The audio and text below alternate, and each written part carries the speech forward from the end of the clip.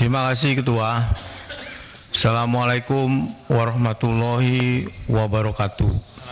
Salam sejahtera buat kita semua.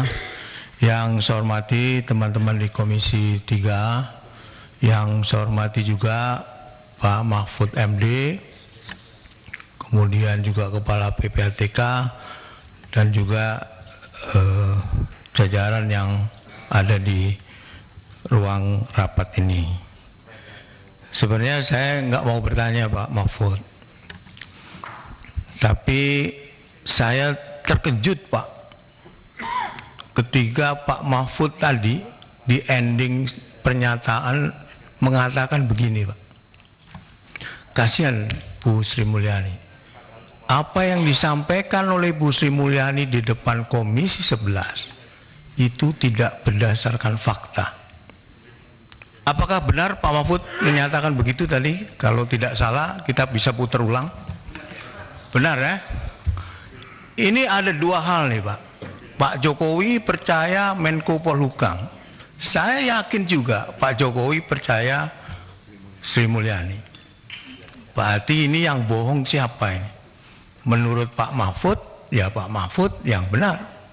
Bu Sri Mulyani bicara tanpa fakta. Coba kita tanya ke Bu Sri Mulyani. Mungkin Pak Mahfud, mungkin ya Bu Sri Mulyani juga akan bilang seperti Pak Mahfud sampaikan. Pak Mahfud bicara tanpa fakta. Saya yang benar, kira-kira begitulah Pak Mahfud. Bisa terima Pak ya. Jadi ini perlu teman-teman di Komisi 3. Saya kira ini bukan persoalan yang ecek-ecek ini ya. Ini persoalan serius buat saya. Ketika Pak Mahfud 8 Maret menyatakan ada 300 triliun transaksi mencurigakan di Kementerian Keuangan. Perlu kita bold ini ya. Yang kemudian ada saut bersaut yang agak bergeser lah. Jadi gara-gara statement itu damage-nya is done gitu lah, kira-kira gitu. Kenapa begitu?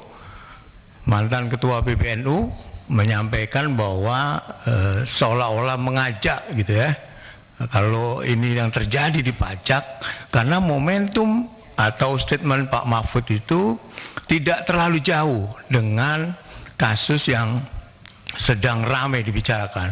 Opini publik pasti Pak Mahfud mengarah ke pajak, pasti itu, nggak mungkin tidak.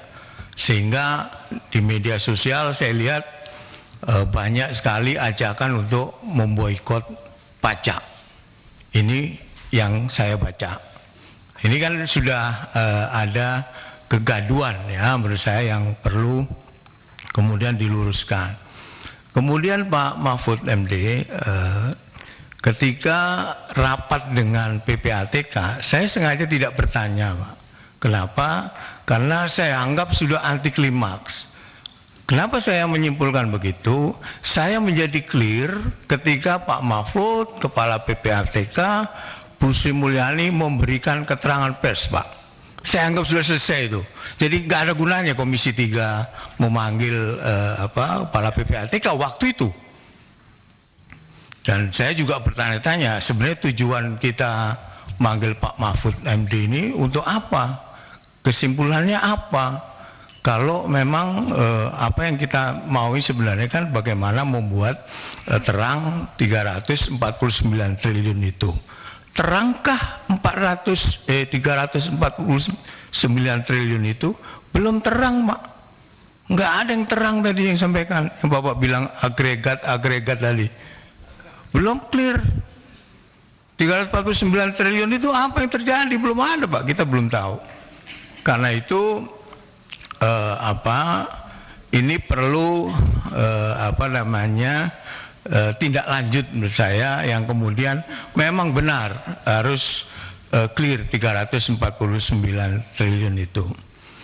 Pertanyaan saya kemudian adalah, kalau buat saya Pak, saya mendukung sepenuhnya apa yang dilakukan oleh Pak Mahfud, membuka data ini seluas-luasnya biar publik juga tahu Pak. Tapi kan publik sekarang sampai hari ini hanya tahu bahwa ada 349 triliun transaksi mencurigakan Tapi seterusnya nggak ada apa yang harus dilakukan gitu. Yang lebih penting adalah bagaimana penegak hukum, polisi, jaksa, KPK dan juga BPNS ya, itu menyelidiki apa yang disampaikan, data-data yang disampaikan oleh PPATK di ruang yang semestinya gitu ya. Apa yang maksud saya ruang semestinya adalah ya dalam proses penyidikan. Yang berikutnya Pak Mahfud, saya awam hukum Pak. Saya jauh pengetahuannya dengan Pak Mahfud yang profesor di bidang hukum. Tapi saya punya pengalaman kerja di lembaga yang ngurusi soal hukum Pak. Sehingga ketika ada statement, ada transaksi mencurigakan, TPPU bukan korupsi. Udah disimpulkan bukan korupsi. Irjen di Kemenku menyatakan itu bukan korupsi. Siapa sebenarnya yang berhak menyatakan itu bukan korupsi atau korupsi? Sepanjang yang saya tahu, TPPU itu ada namanya pidana asal. Saya mohon dikoreksi Pak Mahfud, saya awan hukum. Jadi ada pidana asal, predikat krimnya itu harus ada. Ini TPPU atau bukan? Nah, pidana asal itu bisa berasal dari korupsi. Jangan disimpulkan tidak ada korupsi di sana. Jadi Pak Mahfud, saya ingin tahu apa dasarnya dari pernyataan bahwa 349 triliun itu bukan korupsi. Yang terakhir Pak Mahfud, ya saya memahami apa yang ada di perasaan Pak Mahfud ya, sehingga di awal tadi agak ada emosi ya. Saya memahami itu. Mungkin Pak Mahfud setelah mendengarkan apa yang terjadi ketika ada rapat Komisi 3 dengan PPATK. Tapi saya mengingatkan pada kita semua, apakah itu anggota DPR Komisi 3 maupun yang di depan kita ini, Menko Polhukam, Kepala PPATK, semua itu punya kotoran Pak, punya sisi gelap. Mungkin ketika kita berkuasa, tidak ada yang berani mengusik-usik itu. Saya alhamdulillah oleh Allah Subhanahu wa taala diberi kesempatan bekerja di lembaga yang saya jadi tahu banyak Pak tentang kotoran-kotoran orang lah, kira-kira begitu. Tapi itu saya simpan saja gitu. Jadi saya meminta teman-teman di Komisi 3 jangan mengancam-ancam. Pak Mahfud juga jangan mengancam-ancam juga. Karena sekali lagi menjadi anggota DPR cuma 5 tahun, itu pun kalau nggak di PAW, gitu kan. Jadi Menko Polhukam juga gitu Pak Mahfud. Belum tentu 5 tahun loh. Kalau di reshuffle, apalagi ada rame-rame begini. Pak Jokowi, saya pernah di Pak Jokowi Pak. Saya pernah jadi juru bicara Pak Jokowi. Pak Jokowi itu paling nggak suka sama menteri yang berdebat di luar Pak. Langsung di reshuffle sama dia. Tentu saya berdoa dan saya mengagumi Pak Mahfud. Pak Mahfud tidak di reshuffle gara-gara ini. Begitu Pak Beni ya. Amin. Karena saya mengenal betul Pak Mahfud ini orangnya lurus, sangat berani. Tadi seperti Pak, tolong jangan diganggu toh. Pak Ketua, tolong hormati saya loh. Saya belum selesai ngomong ini. Udah nggak adil kanan kiri, sekarang saya dipotong lagi.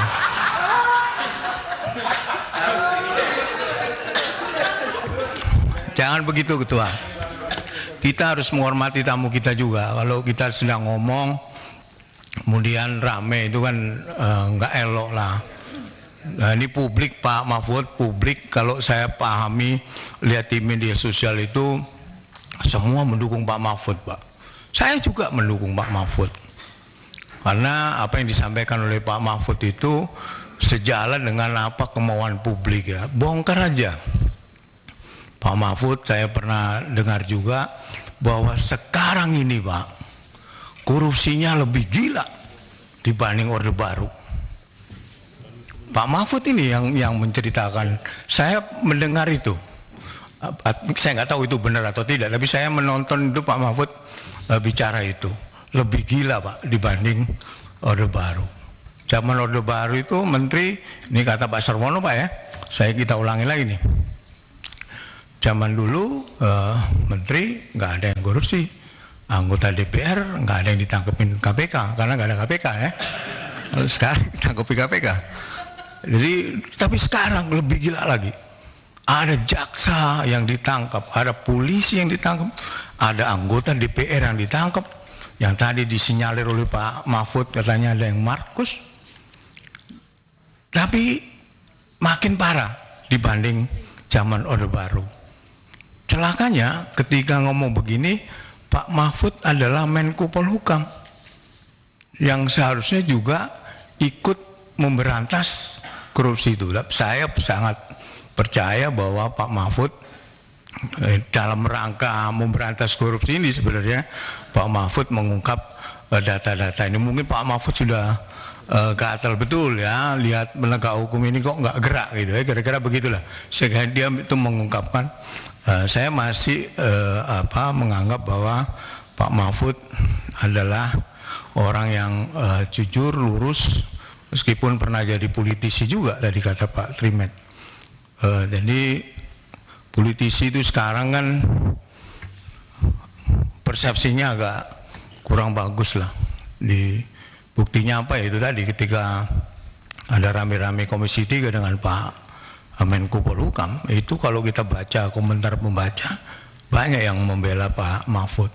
Sama sekali tidak ada maksud saya terutama untuk menghalang-halangi pengungkapan data. Saya malah setuju Pak. Bahkan undang-undang tadi yang Bapak sampaikan, undang-undang perampasan aset, saya tidak hanya 100% Pak Mahfud, tapi saya 1000%. Pak Jokowi sekarang Pak, itu didukung oleh 7 fraksi. Koalisi Pak Jokowi ini kuat betul ya. Kalau dia juga serius, undang-undang perampasan aset, pasti jadi Pak. Mau bukti gak? IKN Ciptaker jadi juga Pak. Jadi perampasan aset itu saya hakul yakin akan kemudian mempermudah dan memperlancar pemberantasan korupsi di negara yang kita cintai, yang kita semua prihatin Pak. Emang korupsi ini luar biasa sekarang ini, di mana-mana ada. Bahkan di ruang-ruang yang terhormat Pak Mahfud ada korupsi. Di ruang-ruang yang sepi dan agak remang-remang ada korupsi. Hakim Agung ditangkap. Ketua MK ditangkap Pak. Saya dulu TikTok tuh sama Pak Mahfud, kalau Pak Mahfud masih ingat ya. Saya mengagumi Pak Mahfud Pak. Dulu. Sama Pak Benny. Dulu saya kagum betul waktu ketua MK itu luar biasa Pak Mahfud. Nah karena itu saya ingin, pertanyaan saya cuma satu tadi itu Pak, yang soal definisi tadi, diksi itu. Saya agak bingung Pak, dengan pernyataan termasuk pernyataan kepala PPATK itu. Siapa yang bisa menyimpulkan TPPU? Bukan PPATK Pak. Dulu saya menyebut data PPATK itu semacam raw material ya, yang bisa digunakan oleh penegak hukum. Penegak hukumlah yang kemudian memutuskan, oh ini terjadi tindak pidana apa, korupsi, kemudian lanjut ke TPPU. Jadi bukan kemudian data yang bersifat analisis itu disimpulkan sebagai dugaan TPPU. Masih jauh Pak. Ini ada Pak Kabar Eskrim, saya kira Pak Kabar Eskrim juga setuju Pak ya dengan pernyataan saya kan? Benar kan Pak omongan saya? Terima kasih. Karena itu Pak Mahfud, saya sepenuhnya Pak mendukung langkah-langkah yang Bapak sampaikan. Sekali lagi saya mengingatkan pada kita semua di ruangan ini jangan saling ancam. Ya.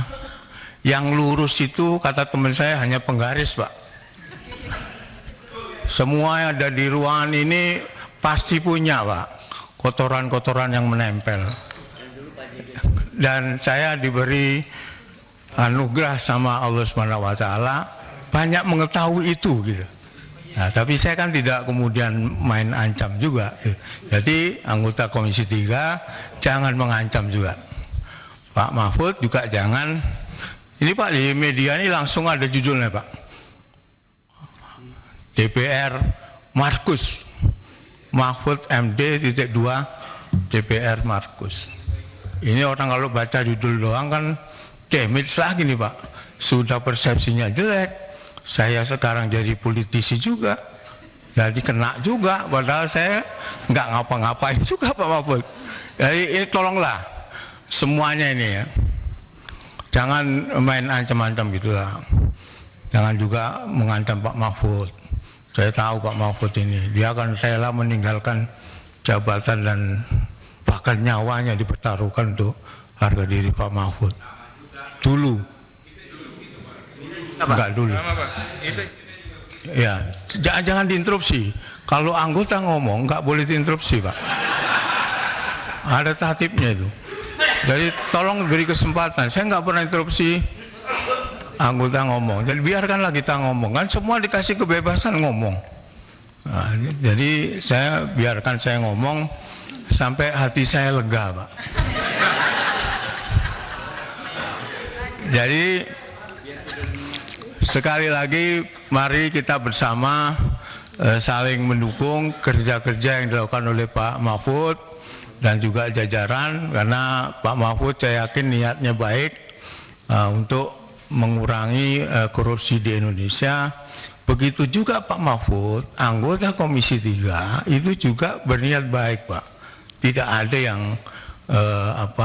menurut saya sih, saya nggak tahu kalau di dalam hati orang ya, saya nggak tahu. Tapi menurut saya nggak ada lah yang mengancam-ancam. Dan saya alhamdulillah tadi senang sekali dengan Pak Mahfud setelah agak emosi.